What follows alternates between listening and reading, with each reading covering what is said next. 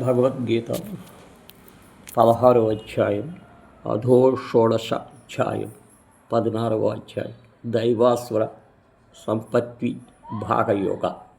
దైవాసుర సంపత్తి భాగయోగము. దైవాసుర సంపత్తి భాగయోగము.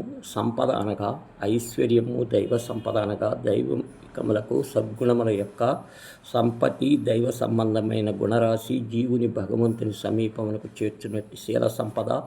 అసుర సంపద అనగా రాక్షస గుణములు, దుర్గ గుణములు, భగవంతుని చేసినట్టి దుశ్శీలము.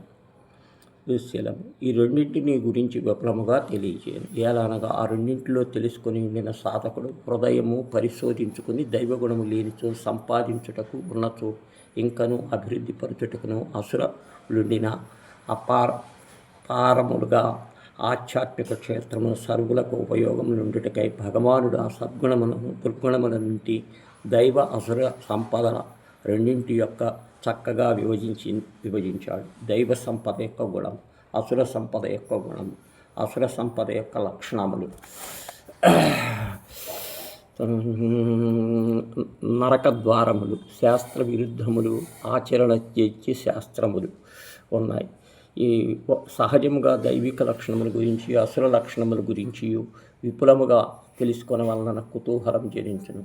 వానిని వివరముగా తెలుపుతూ భగవానుడి అధ్యాయం ప్రారంభించుతున్నాడు. ఈ కారణముల అట్టి భగవత్ప్రాప్తి సద్గుణములను సేకరించవలను, ఏ దుర్గుణములను త్యజించవలనో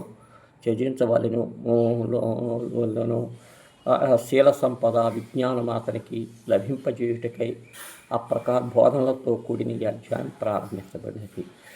దైవగుణములు, త్యాజము, అసుర గుణములు శ్రీకృష్ణ మహర్షి దైవగుణములుగా పేర్కొనుచున్నాడు.